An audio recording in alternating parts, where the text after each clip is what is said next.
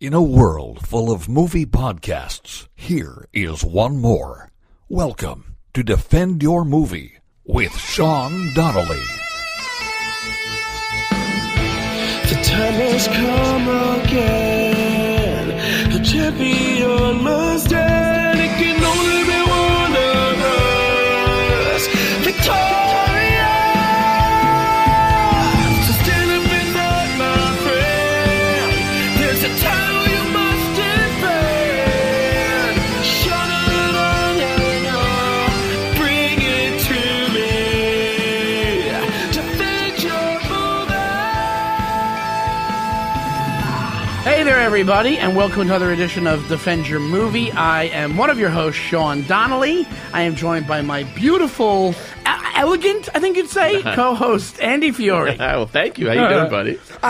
And full disclosure, we just had to restart. We did about 15 seconds of the podcast, and we restarted because I feel weird. I did that thing where, you self-remedy. Last night, I'm not even sick at all. Yeah. But I wanted to go, you ever do this? You see NyQuil, and you're like, oh, I'd like to get a nice night's sleep. And I grabbed one shot of NyQuil. Really? And I didn't think it would really, usually I take two when I'm sick. So I'm like, oh, it won't do anything. But I've been wanting to pass out all day. I've been it really knocks you out. Hangover. And I know that's like the name of the game, but like it's like throwing me off. Like I was on the subway platform. Yeah. Some kid bumped into me, but I realized it was me because I was just walking weird on the platform. Like it really puts you in a weird, weird mood. Stay away from that stuff. Do you? Yeah, I don't like it. You don't use medicine when you're sick? I try to just stick Benadryl to or something? with the pill form. I don't think it really does much for me. The liquid is like insane. Yeah. So that's why we started over, and now I feel more with it. But whatever. Then I self-remedied it again by taking half a 5-hour energy, which hasn't kicked in yet. But whatever. We have a special episode. We on the podcast, we've done it once before, but we love the Coen Brothers. I think I've said this before. I think they have. Average-wise, I think they have the most amount of hits as far as critically acclaimed movies goes. We tried to figure out once the best Coen Brothers movie, and I think Fargo won. At the end, it was like, it just won. Like, we kind of went through the gamut, and then we got to Fargo, and we're like, yeah, it's Fargo. I know. So, in that fashion, and our love for the Coen Brothers, and how exciting it is that just instantaneously, they came out with a new movie that you can just watch in your house immediately. Yeah. Now, before we start in the movie, what do you think of that? Like, what do you think about now? The way that movies are changing. Yeah. I love going to the theaters. I love going to the theaters. I love staying at home. I love this. Yeah. I love staying at home. You love staying home. I love movies on demand. I have a nice big 60-inch TV. I shut off all the lights. It kind of just feels like I'm at the movies. But I'm lazy, too. See, I like the movie experience. I think I was weirding out somebody. Oh, Joe DeVito. I did a show with Joe DeVito. Super funny comic. We'll have him on the podcast soon, actually. I did a show with him in Albany, and on the way back, I was telling him, I'm like, we were talking about me getting off soda. I don't drink soda anymore. And I go, one of the hardest things is going to the movies and not having a soda. And it's really, really hard. And I went, I think I was just tired when I said it. I go, yeah, I just love that feeling of just walking into the theater and the smell of the popcorn smell and the feeling of I know I'm about to watch a movie, and I just love that experience. Now, the way that's happening is that's disappearing. That's like because the only thing they're putting in theaters now is like the Marvels, the Megs, the giant things. Yeah. And as far as wide release goes, because this Coen Brothers movies, the Ballad of Buster Scruggs, is actually at the IFC theater, so independent theaters are getting it. And I bet you the one that's on 12th Street will get it as well. Sure. And they'll probably get it. Now what they're doing is these specialty things where they do it in 75 millimeter. They do it like they do Tarantino movies that way to try to attract like real film nerds to go see these movies, I think. But it's not getting what it did. Like, these movies aren't getting the release they did back in the day. Right. So that's why a lot of these actors are like doing TV. Like Julia Roberts, not that she's like a thespian, but she's a good actress, and she had a big giant movie career, and now she's doing TV. But it's an not Amazon Prime show, I think. She's on an Amazon Prime show. Yeah. That I think it's supposed to be good. Homecoming, it's called. Homecoming. Yeah. But like it's kind of like this would have been unheard of like 10 years ago. I know. It would have been that her career was over. And big actors do like commercials now, which was like, commercial. I'm a movie star. Yeah. Like, that's just the norm now, you know? Yeah, so you see Dennis Quaid do, being like a pitch man for car insurance. And it's just like, it's not turning your nose up at anymore. You know what I mean? It's not turned up at all. Like, Yeah. when you also have George Clooney in, like, Nespresso. He's like the face Right. of Nespresso. Yeah. And he voiceover stuff. Yeah. all that. Absolutely. So it's kind of interesting to me, but what you kind of get is, like, because there's so much content, and you have all these shows, and everybody's binge watching shows, and you can never keep track of all. Everybody's like, you watch OA, you watch this, and I'm like, no, I can't keep track. But there's like tons of content out there, so it's welcoming on the movie front for, like, you know, like weird avant-garde stuff. And the Coen Brothers are they're kind of like the most. I think they're most like mainstream version of that avant. You know, it's not art house flicks. No, but that's a good way to put it. But they're not mainstream. You know? Yeah, it's a great way to put it. But they're fun to watch if you want to see an offbeat movie. You know? Absolutely. It's like one of those things that they're just beautiful oh my God. movie makers, man. Dude, that's like They're just the best. you almost want to cry. I know. You almost watch these movies and you're like, this is so gorgeous. Yeah. Like you really. Maybe I'm getting too old. Maybe I'm just becoming. Maybe I'm going to die soon. No, Maybe- it's not that it is almost unfair how good that you're like, not only are they beautiful to look at, obviously they have a lot of ensemble characters, so they know how to cast and find talent for what they need. They're beautifully shot and beautifully written and hilariously written. You're like, they can't be great at all these things. Yeah. It's like, it's almost unfair. It's a lot of times when you're like a younger comic and you're just like, wow, I watch and name any comic, you go, I can never be that good. Yeah. You're like, it's unfair how It's funny unfair. that guy Yeah. is. I have that now, and I'm a comic. Right, exactly. I watch John Mulaney, and I'm like, I will never be that. Yeah. And I love it. I love him so much. I think he's so great. But in my head, I'm like, oh man, I wish I could do that. And then you're like, what if I work hard enough? I can be my own version of that. Yeah, And then after I a mean- while, you're like, no, it's not gonna happen.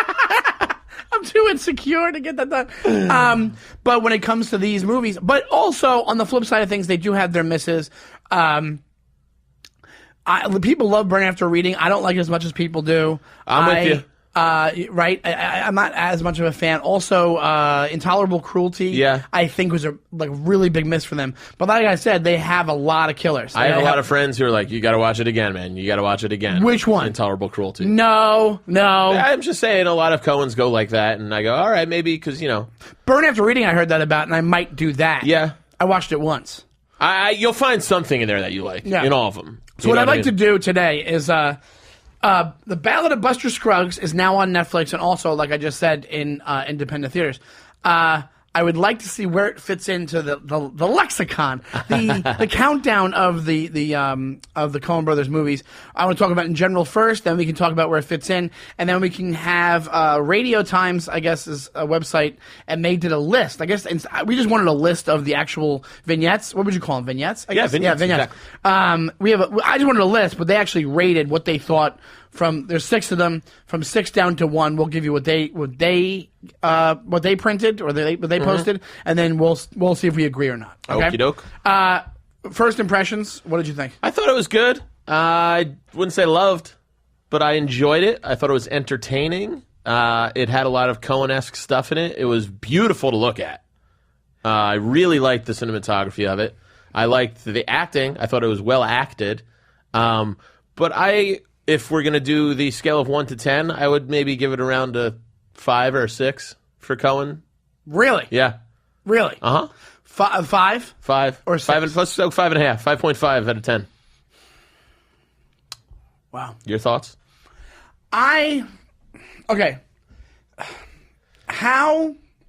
And there's ones I loved, and there's ones I just didn't like. So it's easy to break that up, so it's harder to add that up. I guess what I can do is... I think it's not my favorite Coen Brothers movie, but I think it was a really fun thing to do. I think, God damn, when it comes to, like you said, when it comes to how whoever their cinematographer is, and just this movie alone, I've never said this in my life. Watch it for the lighting. Yeah. Have you ever heard somebody say that about a movie? Like I remember when I was in college. I was going to college for film, but we took in film class. We watched the Ghost and the Ghost in the Darkness, which is the Michael Douglas movie. That's not a great movie. It's about those two lions that were tormenting a village in Africa, I think it was, and these guys were sent in to hunt them down or whatever. And Michael Douglas was one of them, and it won awards for sound. And we watched it because of the sound. Right. Is there a lighting Oscar? Alex, is there a lighting Oscar? And sound, yeah, some of those technical awards. Because I've never in my life thought of just telling somebody to watch a movie just to watch the what?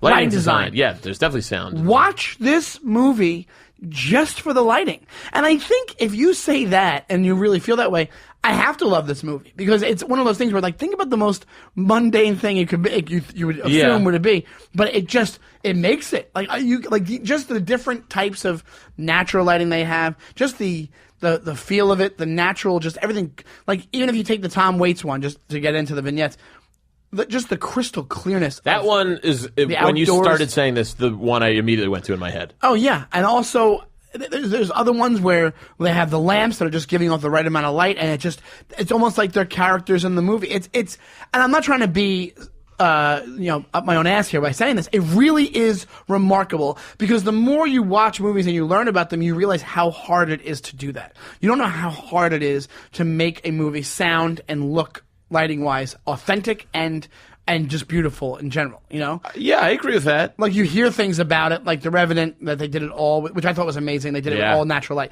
That blew my mind. But them doing the lighting design on this, I'm guessing it was them doing it. It had to have been. And I don't know if it was any manipulation afterwards to the digital film. I don't know. I haven't looked into it yet because I just literally stopped watching it. But the lighting is just enough reason to watch this movie because you know you're going to get a decent enough movie because it's Coen Brothers. Absolutely. And then to watch it, you're like, wow, that's really cool how they did that, you know? So that's my first thing, just to be like, I never thought I would say that, and I said it.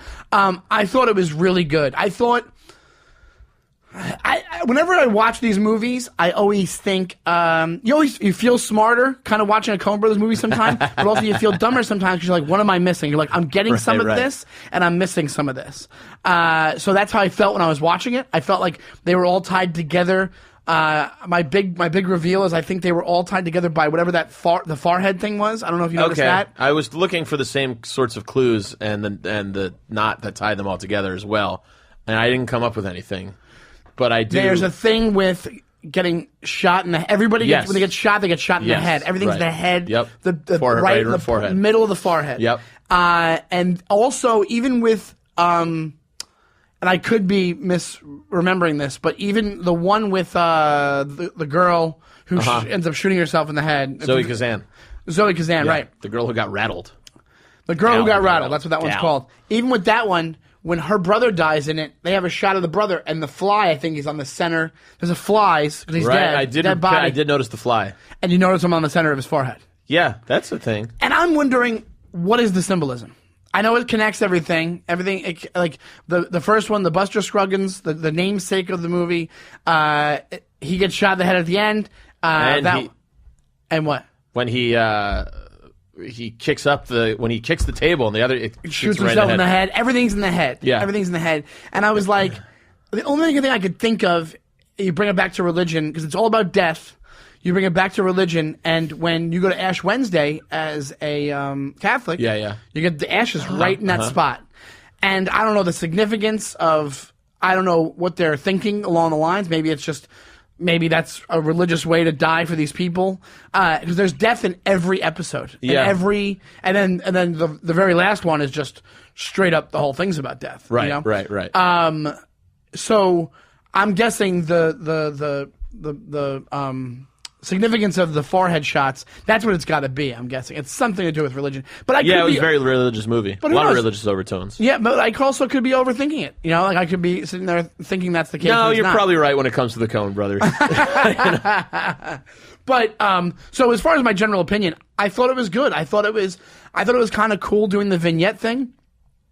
Even though it was about the Old West, it kind of fit into our modern sensibilities because nobody has an attention span anymore. Yeah. So it's like watching 6 movies at once.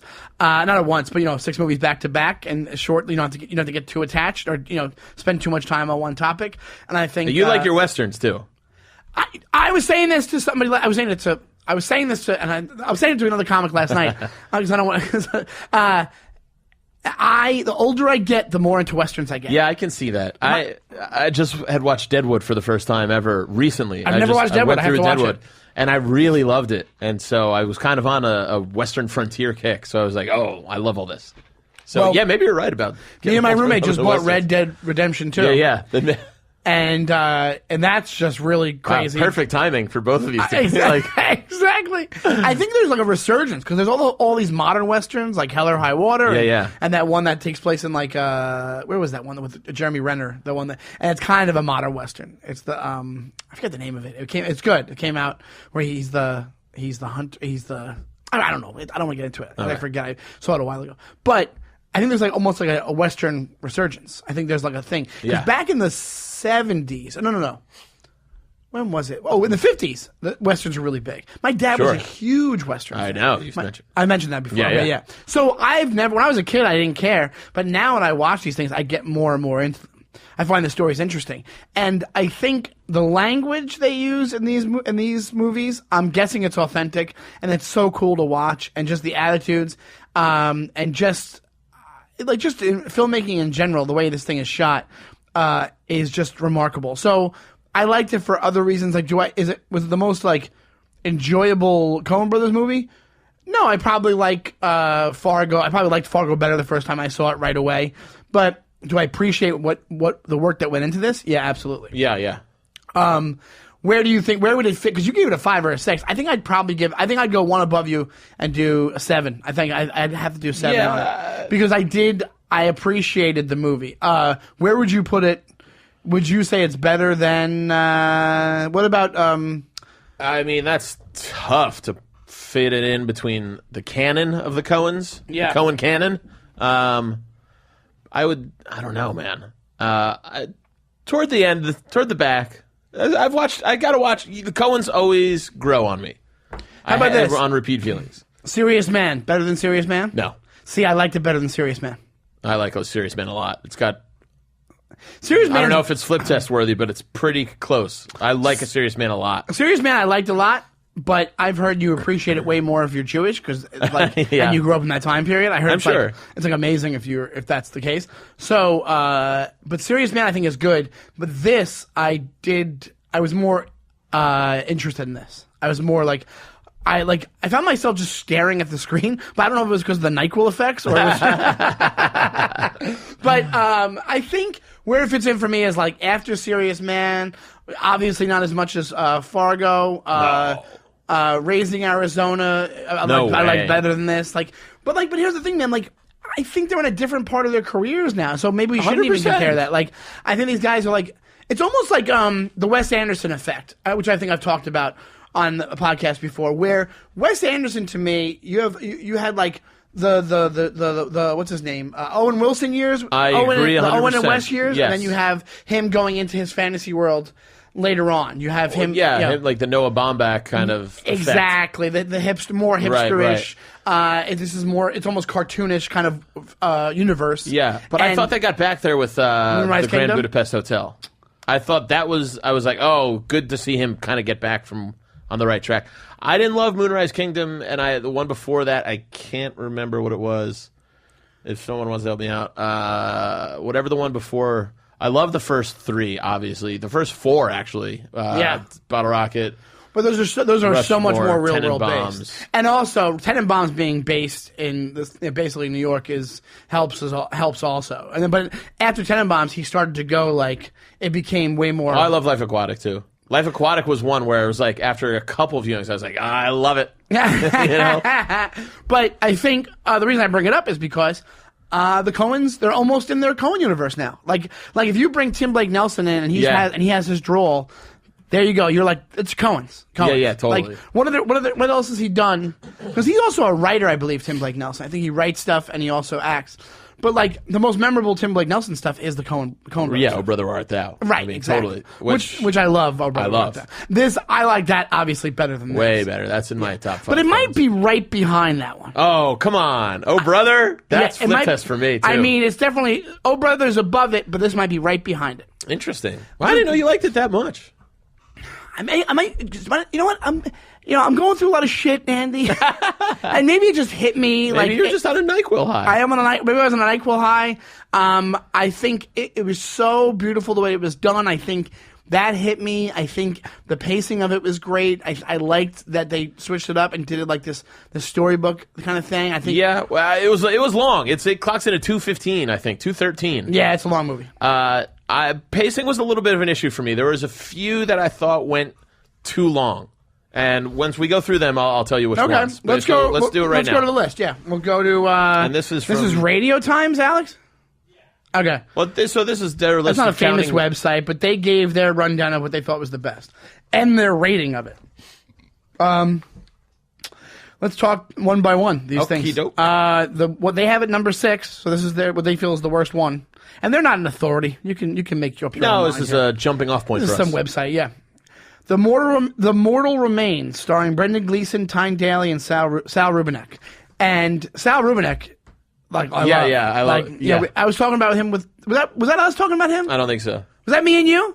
That was. We were. We were talking about him in True Romance. He plays the producer. Yes. And we were talking about how much we love him, and it's great to see him. He's good. One of those guys. That's another thing with the Coen Brothers. Yeah, they know they find people. Ooh, and baby. they put them in the perfect spot. Like Tarantino is famous for it, bringing people back. Yeah, but he does that Coen too. Brothers, they know how to cast stuff, and they also do. know how to. Wow, they know a character actor when they see one. I think Eleanor Chenoweth is their casting director. If Oh, they've really? used her forever. Ellen. I'm sorry. They are. Ellen or Eleanor. They are amazing. So this is the one. This is the last one. And I agree with that. It was my least favorite. The website gave it a 4 out of 10. I think it was my least favorite as well. Yeah, I would say that. Yeah. Now I just watched it, so I'm like all over the map in my brain.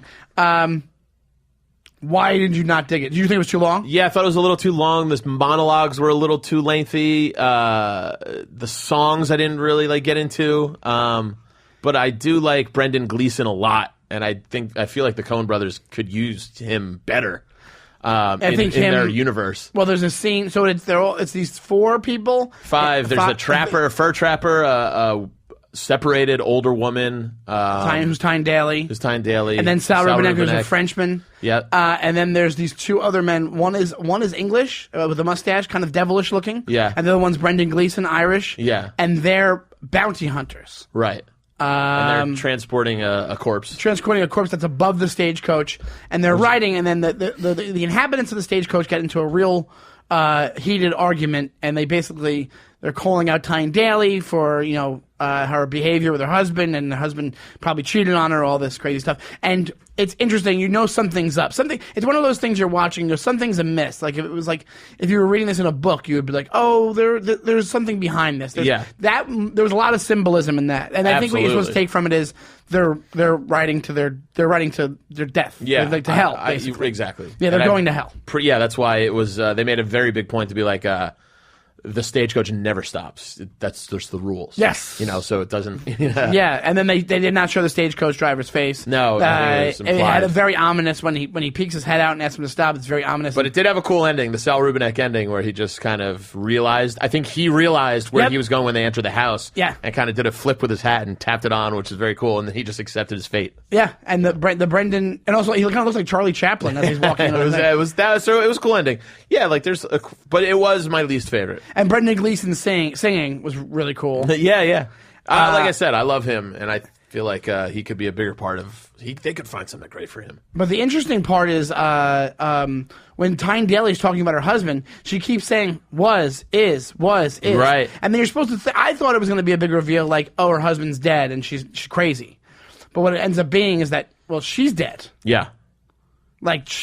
So I think that's supposed to be the point of that, right? Yeah, I think they're all. Did I mess that up? No. I think they were all dead. They're all dead. But what I'm saying is her husband's on the stagecoach. But she keeps referring to how good of a man her husband is, and how he's a smart and he's a professor or something like a doctor. Yes, he's a doctor.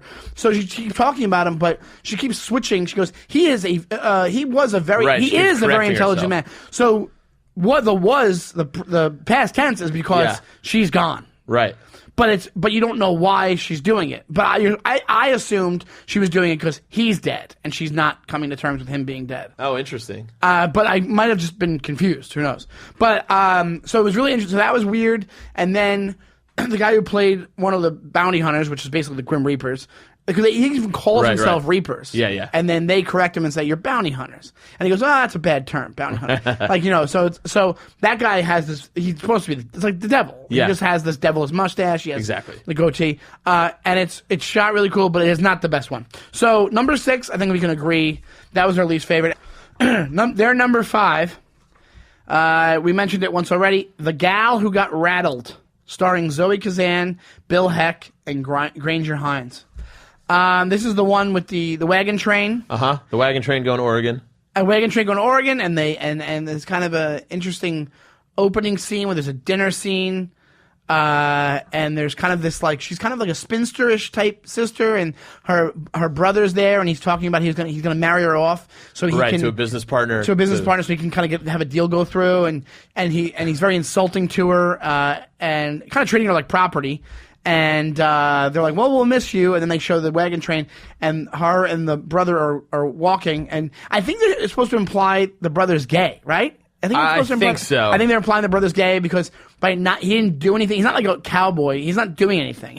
They have a worker on the wagon train, and he's kind of flamboyant. He's kind of dressed flamboyantly for that time. Unless that's my own.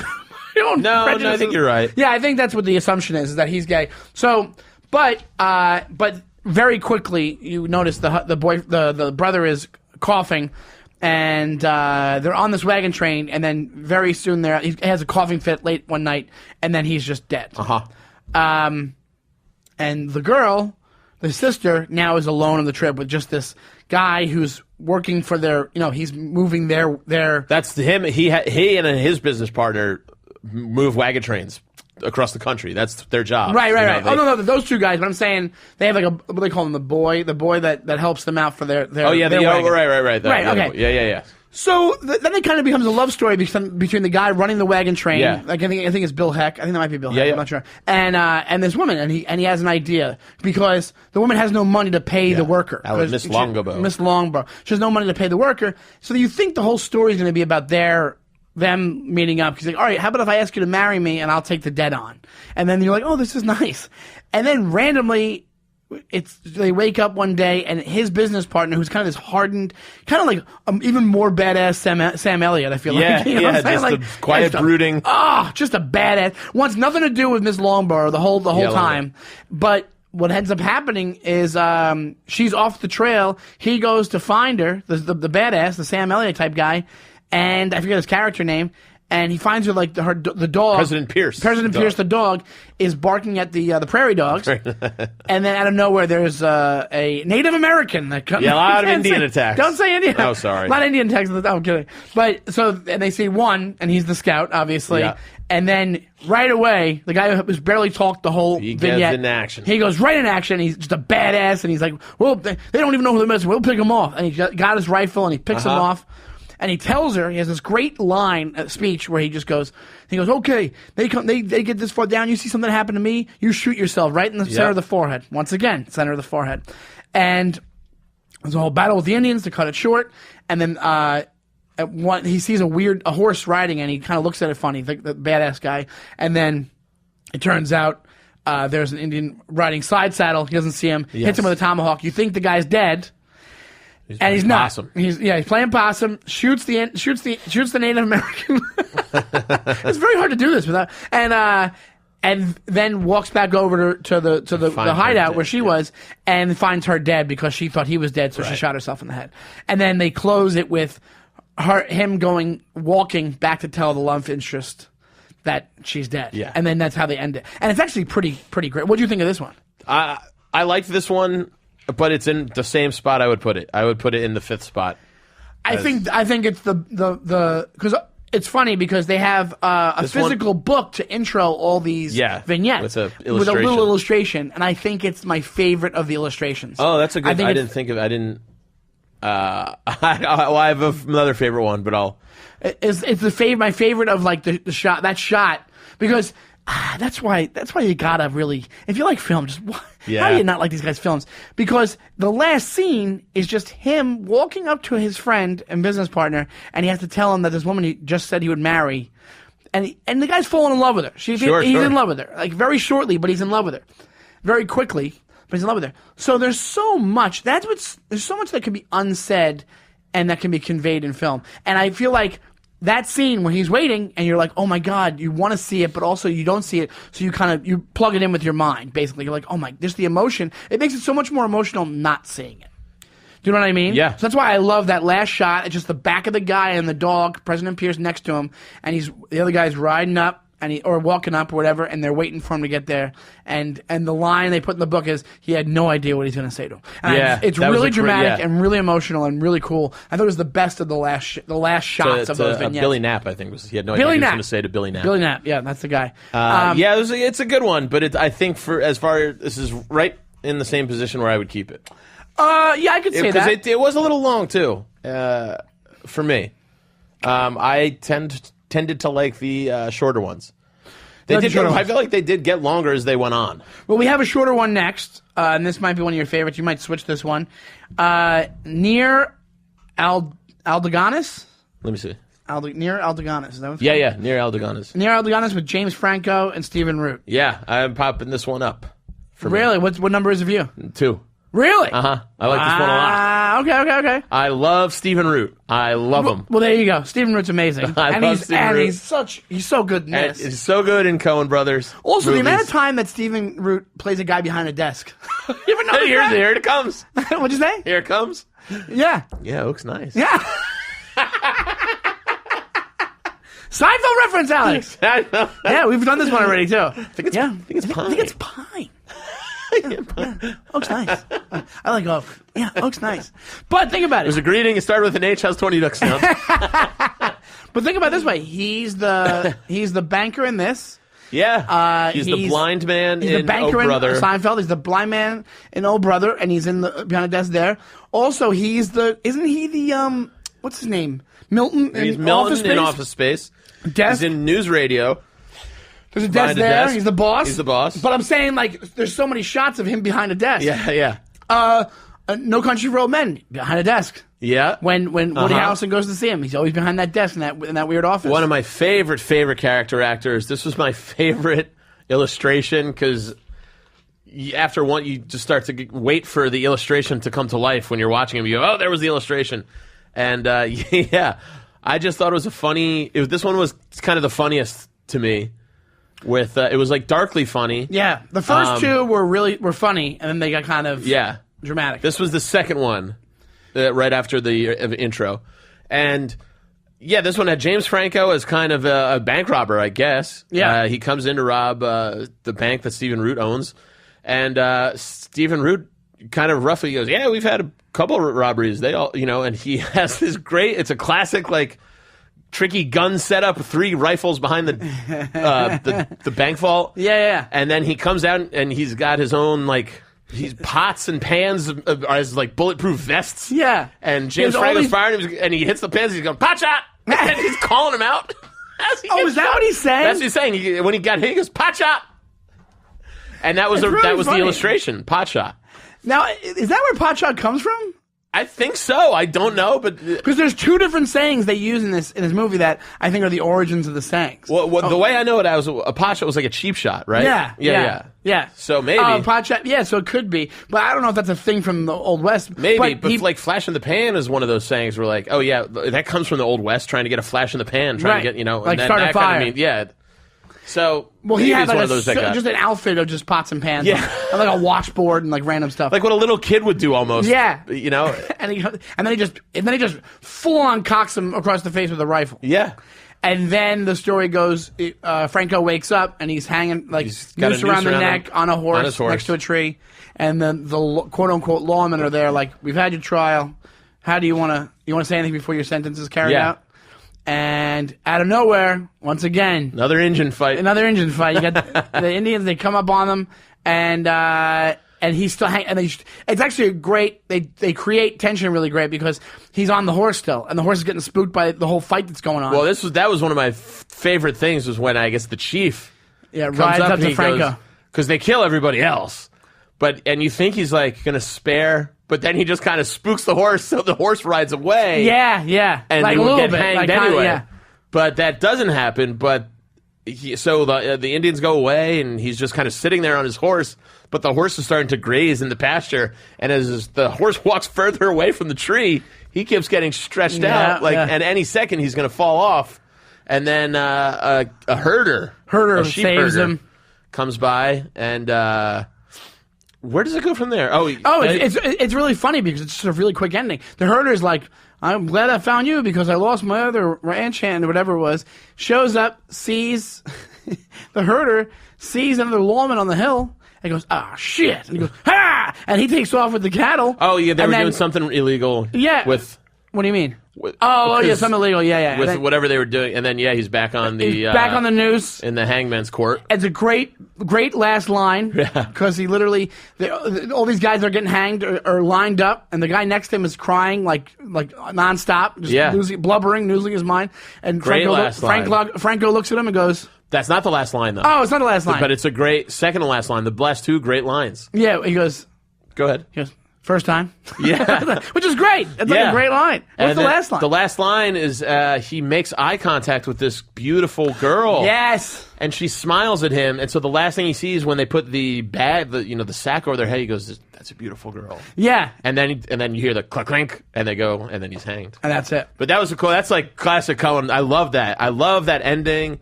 I love that dark humor. And then I love the regret that you see right before you die. It's, that's beautiful. I loved that. That's my second favorite. So you bumped this up to number two.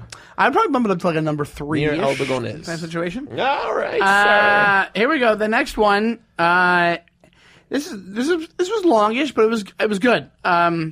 All Gold's Canyon, starring Tom Waits, and it's just a story. Tom Waits is a prospector. And he is with his burro, and they're going through the mountains, probably of Wyoming or something, or like Oregon or something. His burro. He's got a burro. I know, but just the way you said it just sounded like it was his Brooklyn, his borough of New York, his Queens, his Woodle, his the Bronx. Yeah. So he's just this. What the greatest thing about this vignette lies in just the gorgeous nature shots of nature in this thing are unfreaking believable. Yeah, it's just HD, just beautiful purple. The coloring, the lighting, everything's perfect. And then character-wise, the character Tom Waits is badass. Great. If you think of whatever you think a prospector was back in the Old West, this is your new standard. It's in the dictionary. This is the picture that should be next to it. Just kind of grumbling to himself. Just perfect with the pony burro, whatever you want to call it. Yeah, the donkey. Just walking with it, got the clanging, all the equipment, pots and pans clanging on him, and then I'm guessing it's true to life what he does.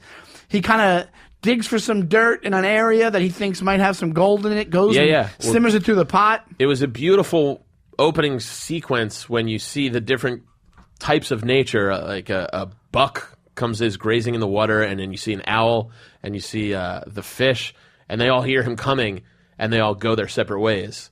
Yeah. And then he comes and he does this whole prospecting thing, and you see him live a few days of that life. And it was a very sweet moment when he was climbing up and finds the owl's eggs to eat, and he takes them and he looks up, and the owl's in another tree across from him looking directly at him, and he feels guilty, and then he takes one back, and he goes, all right, just one. Yeah, it's really odd. I think I'm guessing that was to make the guy has a heart. That was to absolutely. make you think that you wanted to get on his side. It was a good way in a short story to get you on his side. Perfect way. Yeah. And then strikes it big. Hits it. Keeps talking to the pocket of gold by going, "All right, Mr. Pocket." Mr. Pocket. He goes, "You're old. I'm old, but you're older." That's a great line. And then every day he's just trying to find this gold, and then finally finds it. And they got a great thing where he's staring at the gold. Is the reflection he sees the guy? I think so. Yeah. In the gold reflection, he sees the bandit behind him Yeah. with the gun pointed at him, and his face drops, and the guy shoots him right in the back. And then you think that's it, because other stories, I think a couple other ones ended with people dying. Yeah. You just think death is final in these things. The guy holds the gun on him for a bit, sits down, smokes Which a cigarette. was a cool thing. You saw the blood expand over his shirt in the back. Yeah. For the passing of... That was a cool way. That's what I'm saying. Details in this movie are unfucking believable. And the guy's holding the gun on him. I think to make sure, like you're playing possum kind of thing. And he just holds it, sees the blood, hops down, I guess, to grab the body or start getting the gold. And he's not dead. He wrestles the thing, shoots him, gets him, and he's like, yeah, doing all the whole old prospector stuff. And then, I might be the only one with a happy ending. Yeah. Because the end of it is he gets his gold, he gets the burrow, and he starts the same song he was singing when he walked in the scene, and just sings that on the way out into the woods. And all the rest of the order was restored because you saw the owl come back. See, I took it as it was showing. I think it was supposed to be like, and maybe I'm thinking too heavily about this. What we do to the planet, because they didn't show everything restored. They showed the holes in the perfect ground. I took that as that. Like the animals scurry when he's there. It's kind of showing like. But they came back. They come back. Yeah, but what I'm saying is, they showed the destruction he did, and so you had the humans. It was like, I think it was supposed to be like a little symbolic of what humans can do when they come to an area. Versus Mother Nature. Like it was this peaceful place. He came in. There's loud. He kills a guy. Exactly. Loud, singing a song, trying to take stuff from the earth. There's a scuffle, there's violence, then he gets out of there and they come back, but the damage that he did was done. The body's there, the holes are there. So I think that's supposed to be their way of being like, hey, humans fuck up shit. Do you know what I mean? Maybe not, but that's a good way to read it. Yeah. I didn't think that. Yeah, I just read it as that because I was like, that's what I'm saying. I think there's so much more to these things. Like it's always, like I said, the forehead thing, I think it's like the ashes. I'm telling you. It could be. I think they're trying to that's film, and that's most films, Yeah. But this one, this is up there for me, if not my favorite one after all is said and done. This was my number 3 for me. Let's see here. So number 2. Yeah. They have number. I would not put. I this as disagree number with 2. this one too. They have number 2 as Meal Ticket. Yeah. So that's the one with Liam Neeson and Harry Melling, who I didn't know before this. Neither did I, but I did love Liam Neeson's character. But this one was a little too long. I just didn't. The story was okay. It was sad, man. It was very sad. It was a lot of the same. Like I know they're driving the point home of his monologues. With Ozymandias, which I'm sure has deeper meaning. Do you want to? Can we do a quick description? Yeah, You want to try it? So basically, Liam Neeson is a traveling kind of theater producer, if you will, and his stagecoach turns into a stage, and basically he puts on a show from town to town wherever they travel with an armless and legless man, and is the actor. And he basically sits upon a chair in the middle of the stage and with a spotlight on him, and he recites classic plays and famous monologues. And you don't know how they're related. No, either. But yeah, the Ozymandias was the big one. And so they just kind of show him going through their lives of traveling and performing shows. And as they go on, the crowds just get smaller and smaller. Yeah. And where he can't make any money. And they come upon one little village where there's a chicken who can add and subtract math, and it's just this brilliant chicken, and it draws a humongous crowd and makes a ton of money, like insane. Yeah. And Liam Neeson eventually buys the chicken from the owner, and in the maybe one of the sadder ones ending, you just kind of see the next. It's the saddest. Yeah, it might be the saddest. You see Liam Neeson the next day. I don't know what you would call the arm. What is if there's a name for that? Not a I don't know. Yeah, so no arms and no not legs. Not paraplegic. It's just Literally he's a torso. Yeah. Not to be insensitive, that's what he is. And I know they didn't talk at all. I kind of found that cool. He just kind of never Liam talked. Neeson muttered to himself when he's putting on the makeup, but they never shared words directly to each other. And Liam Neeson did everything for him. He helped him go to the bathroom. He fed him, and so hence the name. He didn't view him. He was just doing it to profit. So you see Liam Neeson kind of pull his coach off to the side of a bridge, and he goes over and finds a rock about the same size of Harry, and he drops it, and he sees that it would sink, and then you just kind of see the coach driving on with just the chicken. It's a really fucked up. Yeah. There's two things I think that they're trying to convey in this one. I think one of them, what I took from it, they didn't have them talk because he was just an object to Liam Neeson. Right. The Liam Neeson character was just a piece of shit.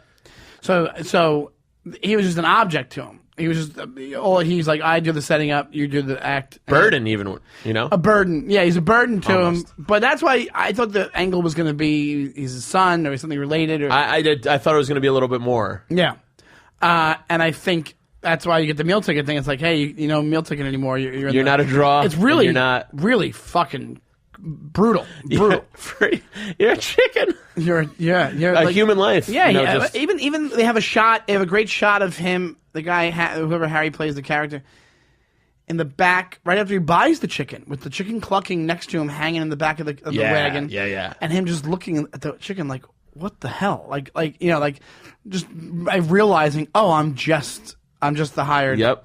I'm not a person to this guy. Right. I'm just part of the equipment.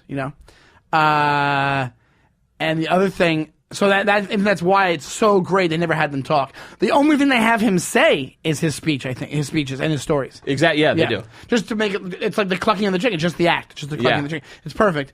And the other thing is, I think what they're trying to show, and I could be wrong about this, again, I don't know, I'm not a scholar, but the other thing is, I think that when his shows were getting less and less, I think it was trying to show the dumbing down of people. I think it's showing how dumb we are. Right, how no, because it was a famous, legitimate theater. Yeah, He was. They even called him like, come see the orator, the order. Yeah. Whatever. The other thing is, what do you think was more of a brutal scene? The scene when they imply that he throws him in the river and kills this handicapped guy, or the scene where he goes to the hooker and he doesn't have them in a different room. He doesn't have the guy in a different room. Liam Neeson just turns him around and still goes to the hooker. Now they don't show you anything, but they just kind of imply like he had to hear the sounds of late. That's brutal. It's like insane. It's like, come on. What, you can't leave him in the lobby? I loved them dropping the rock over the bridge. I thought that was brilliant. I thought it was great. I loved it.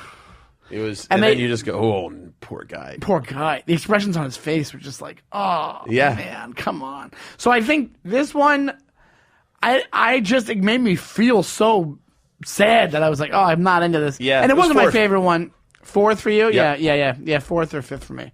So that's that one. And then we come to the namesake. Everybody's favorite.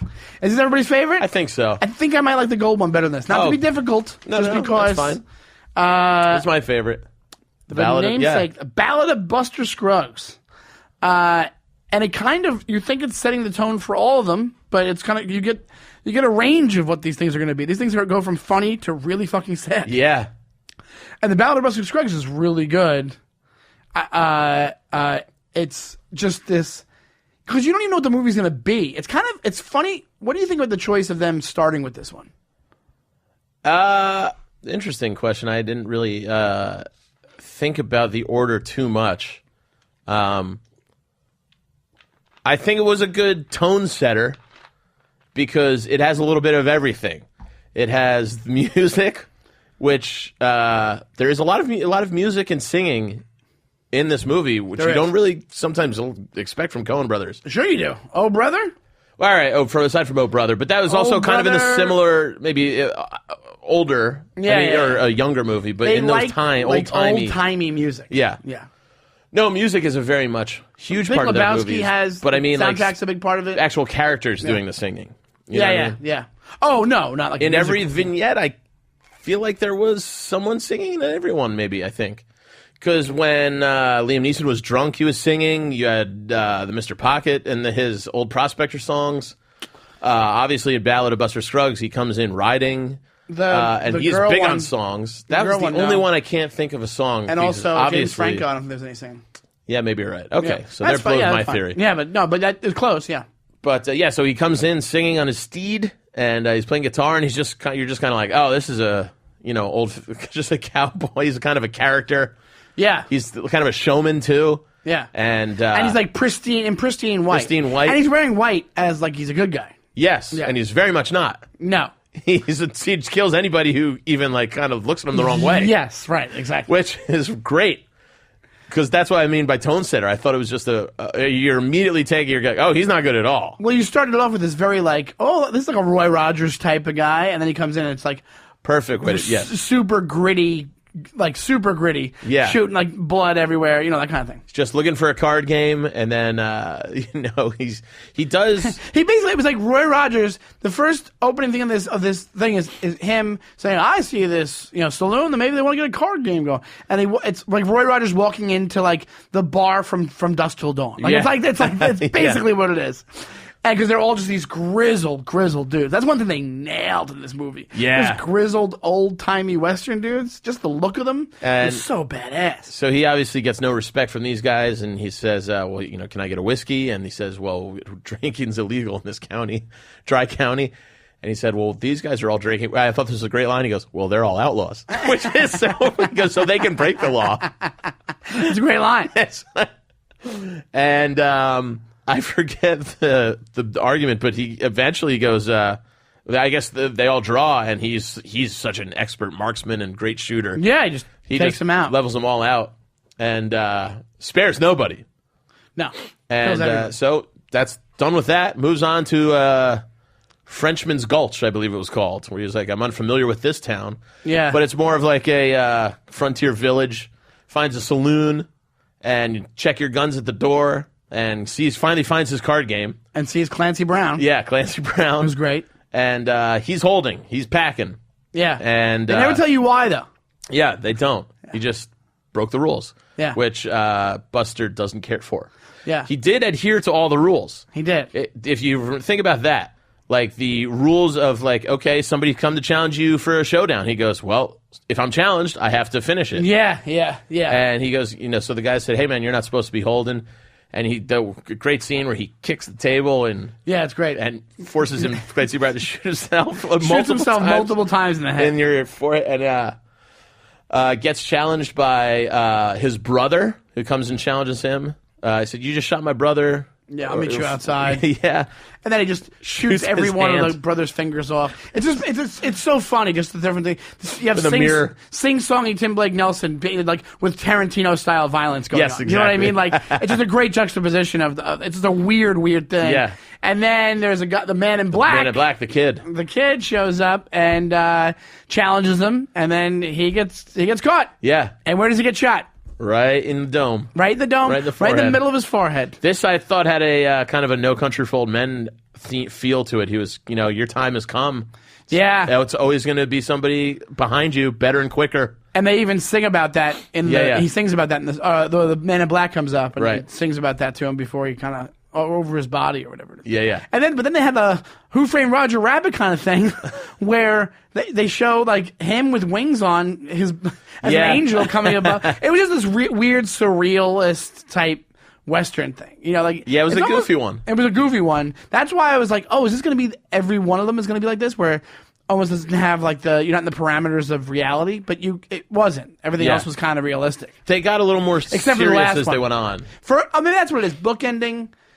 Well, the first two were kind of goofy. The James Franco one and the bank was the second. But James Franco was all straight up. There wasn't any fantastical things in it. Like he's an angel. True. This is your hands down your favorite one? I think it was my favorite. I think I'm going to watch it again too. It's like I think I like the gold one the best because it was a great one. Because it was great because except for that one guy coming in but he doesn't say anything. You just had Tom Waits by himself. Yeah. And he did such a great job by himself that I was actually switched it. And just the complete ruggedness of it, like it's insane. Like when I did. These are my top three. The Buster Scruggs, Franco, Old Prospector, and Franco. But just watching, like, when you think of an Old Prospector, it is right out of Central Casting. Just this, It was perfect. Oh, it's insane. So overall, after talking about it, do you like the movie any more or less? Or you feel the same way about it? Yeah, I like it a little more that we've fleshed it out. Maybe I could bump it up to a 7, but I have a lot of Coen Brothers movies ahead of it. But like I said, that's a one-time viewing, and you know how Coen Brothers are aged like fine wine. Yeah. So, but do you think they're changing their direction a little bit? Do you think they're kind of going for a more, like I kind of phrased it, where because they work Wes a lot. Anderson? No, they work a lot. They do work a lot. Yeah. What I'm saying is, do you think they're getting? They're in their own universe more, where it's like they're not gonna. Almost like you could say that first one with the angel stuff is like. Or it kind of fits into Oh Brother, where they had weird stuff in that. Yeah, where their universe is so large and expansive, but there's still things that make it Coen Brothers. Yeah.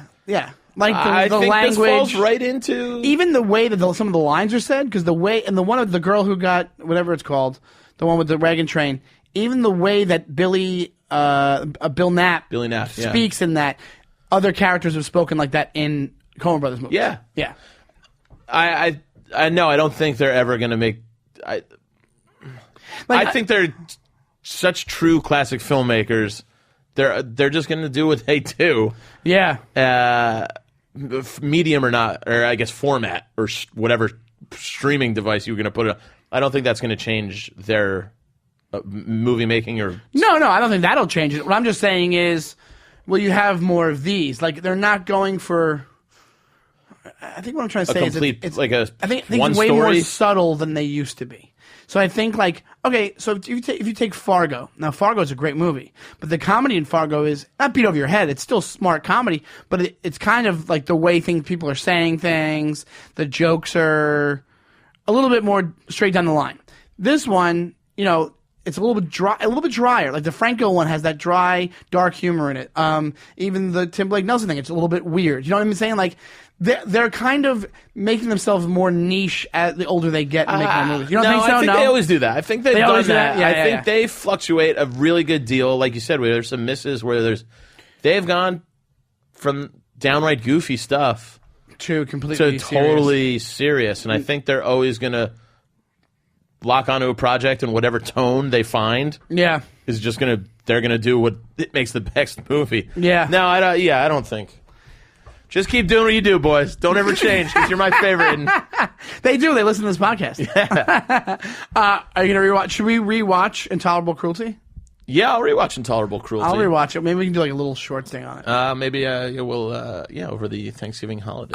So my overall, when it comes to defending this movie, I think it fits into the Coen Brothers catalog there. I think it Definitely. it feels right at home. That's what I'm saying. Like, and Intolerable Cruelty, if I had to my remembrance of it now, like how I'm remembering it. It didn't make sense with the other movies. Like not that it has to, but I'm saying when you think Coen's, you think a certain way. It didn't have the same feel to me than the other ones. So, but this one I think feels right at home. The people they used, the writing, the shots, everything about it. There's a lot of Coen Brothers elements in this movie. Yes. Well, thank you so much, Andy. Thank you, Alex. No problem. We're at Showbiz Studios. That's showbizstudios.com. They have a YouTube page. They also have an iTunes page where you can check out all the Showbiz Studios podcasts with a bunch of our friends that run those. And Andy, would you like to plug anything? Yeah, I guess this will come out the day after Thanksgiving. So happy Thanksgiving. I hope you all had a great one. And tonight you can find me at the Tarrytown Music Hall. It's a beautiful theater that I've done once before in Tarrytown, New York. So if you're around that area, it'll be a fun thing to do the day after Thanksgiving. And for all my dates, just go to andyfiore.com. Awesome. And yes, this is Friday. Happy Thanksgiving for me as well. And tonight and tomorrow, Friday, Saturday, I'll be opening up for Jim Norton at Caroline's. So if you want to come to that, just go to Caroline's. I think it's Carolines.com, but just Google Caroline's Comedy Club and get some tickets because Norton is a legend and it'll be fun shows. Thank you so much for listening. Thank you to Alex. Thank you. Email us, defendyourmovie@gmail.com to let us know what you think, what movies we should do, and at defendyourmovie on Gmail. And we love you very much. Twitter. And on Twitter. What did I say, Gmail? Yeah, on Twitter. Sorry. NyQuil. Thank you and goodbye.